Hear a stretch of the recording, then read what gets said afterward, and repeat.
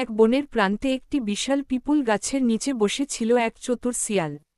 সে ছিল খুবই ক্ষুধার্ত, অনেকক্ষণ ধরে কিছু খেতে পায়নি। হঠাৎ তার চোখে পড়ল, এক ডালে বসে আছে একটি কাক, আর তার ঠোঁটে ধরা একটি রুটি। রুটি দেখে শিয়ালের মুখে পানি চলে এল। সে ভাবল, এই রুটিটা যদি আমি পেতাম। তখনই তার মাথায় এক চালাক বুদ্ধি খেলে গেল।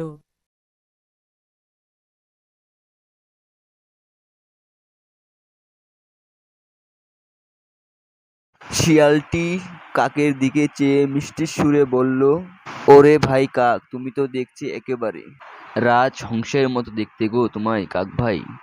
তোমার পালক যেন মখমল কালো, নিশ্চয়ই তোমার কণ্ঠ খুব মধুর কাক ভাই, এত তোমার গলা সুন্দর। কাকটি এত প্রশংসা শুনে বেশ খুশি হলো। তারপর কাকটি ভাবল, শিয়াল তো আমাকে খুবই সম্মান করছে। আমি যদি আমি একটু গান গাই, ও তো আরো খুশি হবে। এই কথা ভাবতেই কাকটি মুখ খুলে কা কা করে ডাক দিল, আর তাতেই তার মুখ থেকে পড়ে গেল সেই রুটিখানা। এ মা, আমি সর্বনাশ! আমি কি করে দিলাম? আমি এই কি করে দিলাম? আমি এত কষ্ট করে রুটিটা খুঁজে এলাম। শিয়াল তো এমন সুযোগের জন্যই অপেক্ষা করছিল কখন থেকে। অবশেষে শিয়ালের চালাকি কাজে লাগলো। শিয়াল ততক্ষণ ঝাঁপিয়ে পড়ে রুটিটা তুলে নিল এবং মুচকি হেসে বলল, তুমি যেমন বোকা তেমন গর্বিত।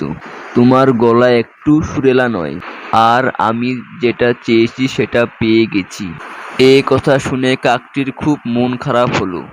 সে বুঝতে পারল শিয়ালের প্রশংসা ছিল এক চালাকি। এই ঘটনার কিছুদিন পর কাকটি ঠিক করলো সে আর কারো ফাঁদে পা দিবে না। কাকটি নিজেকে বদলাতে লাগলো। সে খুব মনোযোগ দিয়ে মানুষের কথা শুনতো, আর ধীরে ধীরে সে অনেক বুদ্ধিমান হয়ে উঠল। একদিন সেই শিয়াল আবার বনের ধার দিয়ে হাঁটছিল। হঠাৎ সে আবার কাকটিকে দেখতে পেল। শিয়ালটি মনে মনে ভাবতে লাগলো, কাক, আজকে কোথায় যাবি? আজকে তোকে আবার বোকা বানাবো আমি। এবার কাকটির ঠোঁটে একটি সুস্বাদু মাছ।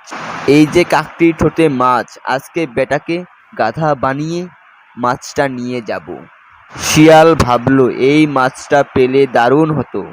সে আগের মতো মিষ্টি সুরে গলায় বলল, ওহে রাজকাক, তুমি তো একেবারে স্বর্গ থেকে নামা পাখি। রাজকাক, আজকে তোমাকে দেখে দিনটা খুব ভালো লাগছে গো।